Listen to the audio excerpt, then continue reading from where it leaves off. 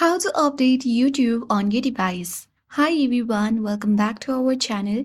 This is Rose and without further ado, let's begin. First, open Google Play Store if you are on Android or App Store on iOS. Tap the search icon at bottom right corner and tap the search bar at top of your screen and type in YouTube. Now from the search result, you need to find YouTube application, and if you see update button, tap on it to update the app.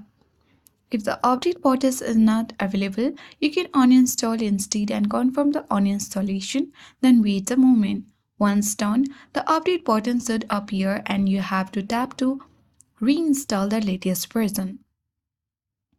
Now, the next step you can follow is simply you need to go ahead and open the settings.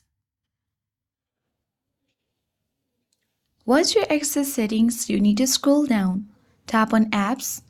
Now select app management option. Scroll down and navigate to YouTube and open the app info page of YouTube.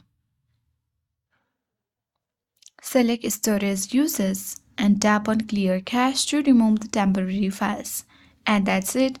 Your YouTube app is now up to date. If you found this video helpful, don't forget to like, share and subscribe to the channel. Thanks for watching.